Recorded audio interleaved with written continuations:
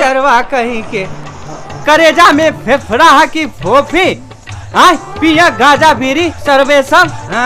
देखट मरवा नहीं देखट आज कल के जवान झड़ा के करेजा में दम नहीं रहता। फिर पकड़े रहे हम हुई समझेबे करे छिरा टकरा कर मरनी लड़े जाए तो सब चुप है सब बोले